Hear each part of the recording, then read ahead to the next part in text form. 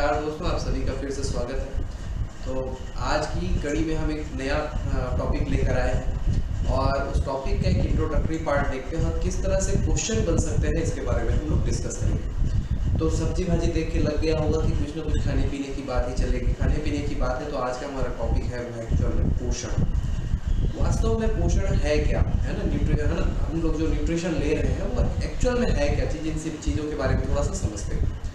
देखिए भाई, यदि हम अपने शरीर को एक मशीन मान के चलते हैं, हम परिभाषित करेंगे पोषण को क्या है। यदि हम अपने शरीर को एक मशीन मान के चलते हैं तो हर एक मशीन को चलने के लिए आवश्यक होती है ऊर्जा। क्या आवश्यक होती है? ऊर्जा।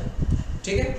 अब कोई भी मशीन चलेगी तो उस मशीन में टूट फूट होना सामान्य सी बात है। टूट फूट हो गया, साथ ही साथ कभी कभार हो सकता है टूट फूट के अलावा कभी कभार कोई और प्रॉब्लम आ गया, है ना, जिसको हम लोग अगर शरीर की बात करें तो उसमें बीमारी के लक्षण दिखाई देने लगते हैं। जो बाहरी जीवाणु है, बैक्टीरिया है, फंगस है, पैथोजेंस है, इन सबसे आपका बीमारी होने की संभावना होती है। तो हम बोल सकते हैं कि हमारा शरीर एक मशीन है जिसमें, है ना, ऊर्जा की आवश्यकता होती है चलने के लिए। उसमें टूट फूट हो सकती है, उसमें कई प्रकार की बीमारी हो सकती है। तो यहीं पर हम आगे लेकर चलते हैं। अब देखिए, हमारा शरीर मशीन कैसे, ये बोलने भर की बात नहीं है, एक्चुअल में ये है। आप इस चित्र में देखिए किस तरह से हमारे शरीर में कितने सारे तंत्र काम करते हैं। जैसे पहले इमेज में देखिए, है ना, रक्त परिसंचरण तंत्र है, दूसरे में तंत्रिका तंत्र है, तीसरे में श्वसन तंत्र है, चौथे में आपका पाचन तंत्र है और पांचवें में कंकाल तंत्र है। इन सभी तंत्रों में किसी न किसी प्रकार के, है ना, कार्य करने के लिए ऊर्जा की आवश्यकता होती है ना। कभी चोट लग गया या कभी अपने आप कोई टूट फूट हो गई है, चाहे वो भोजन की कमी के कारण हो, कभी कोई आयरन की कमी के कारण हो या अत्यधिक मात्रा में भोजन के कारण हो गया हो, है ना। तो इस तरह से कोई ना कोई समस्याएं आते रहती हैं। अगर हम लोग किसी बाहरी पैथोजेंस के संपर्क में आ जाते हैं तो बीमारी के लक्षण भी देखने मिल सकते हैं। तो इन सभी चीज़ों के लिए हमारे शरीर को आवश्यक होता है पोषण। हमारे शरीर को आवश्यक होता है क्या? भोजन। तो हम बोल सकते हैं भाई कि हमारे शरीर को कार्य करने के लिए, है ना, ऊर्जा, शरीर के वृद्धि के लिए और हमारे शरीर के प्रतिरक्षा तंत्र के लिए आवश्यक होता है क्या? पोषण।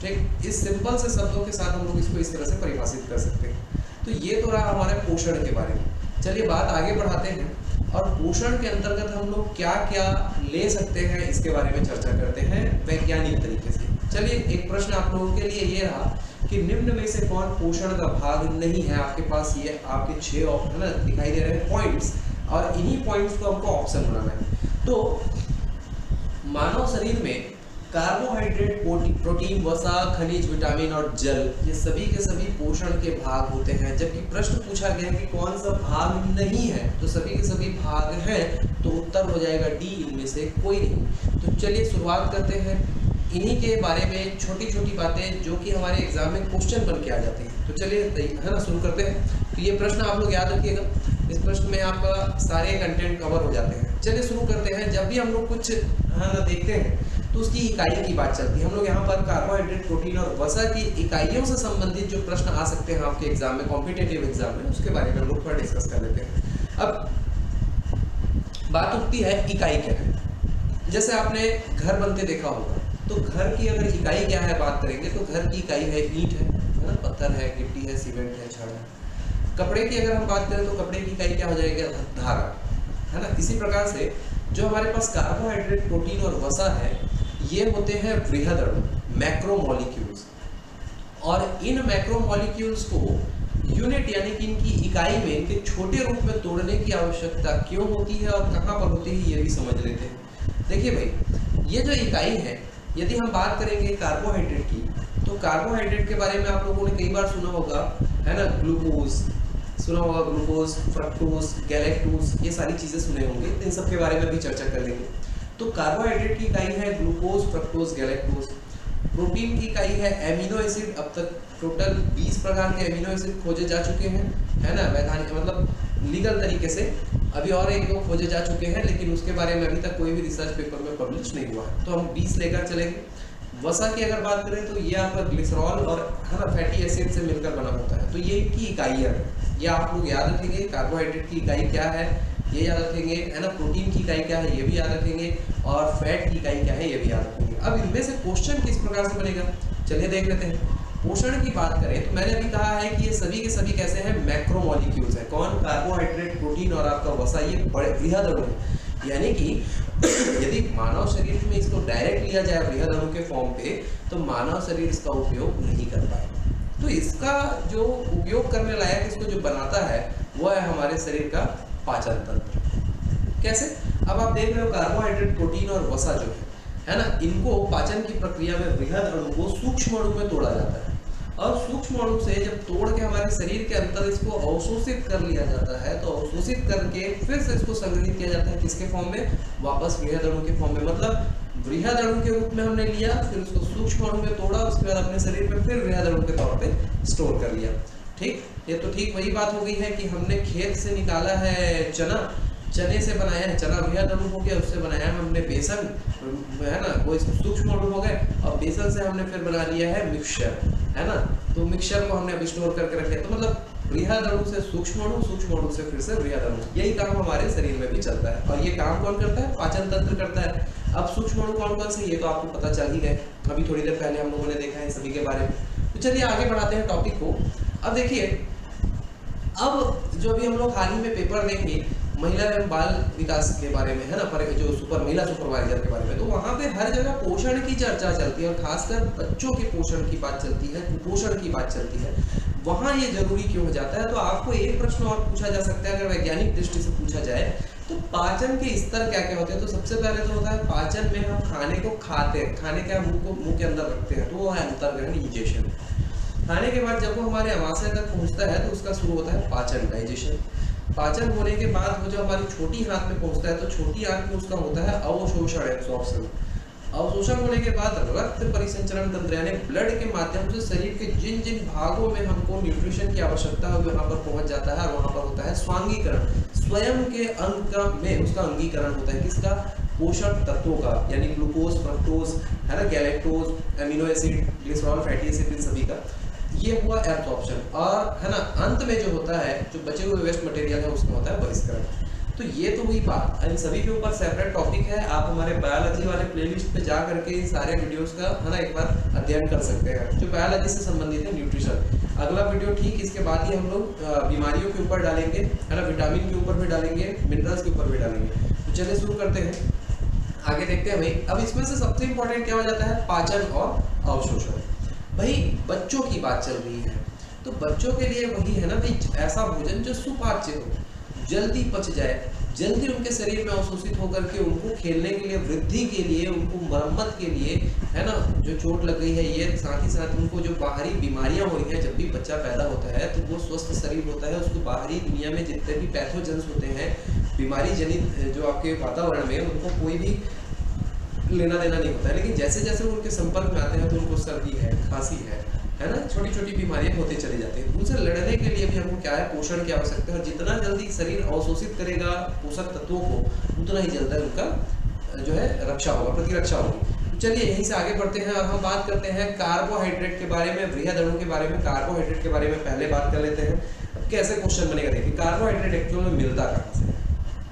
तो कार्बोहाइड्रेट के बारे में ज़्यादा मॉलिक्यूलर लेवल पे नहीं जाना है हम लोगों को। ऐसा नहीं कि उसका CH2N होल N, मतलब H2, उसके बाद वो होल N, ऐसा फार्मूला वगैरह नहीं याद करना है आपको। सिंपल इसके बारे में क्या होता है, कहाँ से खाएंगे, कैसे मिलेगा, ये सब चीज़ आपको देखना है। चलिए देखते हैं, तो यहाँ कहाँ से हमको कार्बोहाइड्रेट मिलेगा? तो कार्बोहाइड्रेट मिलता है अनाजों से। अनाज का मतलब क्या हो जाएगा? धान है, गेहूँ है, गन्ना है, आलू है, शक्कर है ना, जो आपका शंकर कांदा जिसको बोलते हैं वो है, कद्दू है, यहाँ से हमको कार्बोहाइड्रेट मिलता है। अब अगर हम लोग कार्बोहाइड्रेट की बात करें, तो कार्बोहाइड्रेट की इकाई के बारे में अभी हमने चर्चा किया। अब इकाई के बारे में अगर प्रश्न पूछ दिया एग्जामिनर मुख्य से, तो सुन लीजिए, क्या है जानने में अच्छी बात है। तो देखिए 3 इकाइयाँ हैं, ग्लूकोज, है ना, फ्रक्टोज और गैलेक्टोज। यदि 2 ग्लूकोज, है ना, ये ग्लूकोज की बात करें तो ग्लूकोज हमको अनाज से मिलता है, फ्रक्टोज की बात करें तो ये फलों में मिल जाता है, और गैलेक्टोज की बात करें तो ये हमको दूध में मिलता है। ठीक, अब दूध एक कंप्लीट डाइट है भाई। दूध में कार्बोहाइड्रेट भी मिलेगा, प्रोटीन भी मिलेगा, फैट भी मिलेगा, मिनरल्स भी मिल जाते हैं, विटामिन, है ना, मिल जाते हैं, और हमारा जो क्या बोलते हैं जल तो रहता ही है उसमें। तो मतलब सबको थोड़ा थोड़ा उसमें कॉम्बिनेशन रहता है, तो कंप्लीट डाइट इसीलिए उसको बोलते हैं। तो इससे भी एक क्वेश्चन बनेगा, अभी देखते हैं क्या बनेगा। देखिए भाई, अगर ग्लूकोज के 2 अणु आपस में मिल जाए तो बनता है माल्टोज। माल्टोज के बारे में आप लोग सुने होंगे अक्सर, जो कपड़ों में माड़ लगता है, वही माल्टोज है ये।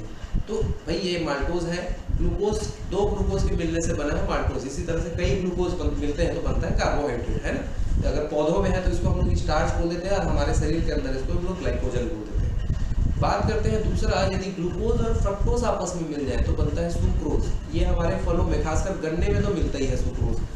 यदि ग्लूकोज और गैलेक्टोज मिल जाए तो बनता है लैक्टोज, ये मिलता है आपके दूध में। तो ये भाई इतने सारे हमारे एक इकाइयों से मिलकर द्विअणु बने, डाइसैकेराइड बने। अब इनके बारे में क्वेश्चन कैसे बनेगा, जैसे हम लोग लैक्टोज को लेके चलते तो लैक्टोज मिलता है दूध में, हम बोलते हैं। अब देखिए क्वेश्चन आएगा कि दूध से दही बनाने वाला बैक्टीरिया, क्या नाम है उसका, लैक्टोबैसिलस। वो दूध के किस बृहद अणु का प्रयोग करता है, which micromolecules of the milk used by lactobacillus. तो हमारा जो देखिए इसमें क्या होता है, किसको यूज करेगा, लैक्टोबैसिलस, नाम से ही पता चल रहा है लैक्टो, है ना, कौन है वो, कार्बोहाइड्रेट है। तो कार्बोहाइड्रेट लैक्टोज को यूज कर देता है लैक्टिक एसिड बनाने के लिए, और वहां से फिर दूध से दही बनने का प्रोसेस शुरू हो जाता है। तो दूध का कार्बोहाइड्रेट से बनता है, ठीक है, क्या, दही, ठीक। तो उसमें प्रोटीन कंटेंट रह जाता है फिर। तो चलिए और आगे बढ़ते हैं। इसमें हम लोग ये जो बात हो रही है कार्बोहाइड्रेट, है ना, किसमें, मतलब लैक्टोबैसिलस के माध्यम से जो यूज होता है वो लैक्टोज यूज होता है। और आगे बढ़ते हैं, चलिए देखते हैं भाई कि जब ऊतक के निर्माण की बात चलती है ना, प्रोटीन, तो जो हम प्रोटीन खाते हैं वो एक्चुअल में देखिए, कार्बोहाइड्रेट शरीर के वजन बढ़ाने के लिए आवश्यक है, ऊर्जा पाने के लिए आवश्यक है, वसा भी ऊर्जा पाने के लिए आवश्यक है, लेकिन प्रोटीन किसके लिए है, ऊतक निर्माण के लिए बहुत आवश्यक है। अब बात चलती है ऊतक क्या है, जरा समझते हैं भाई ऊतक क्या है।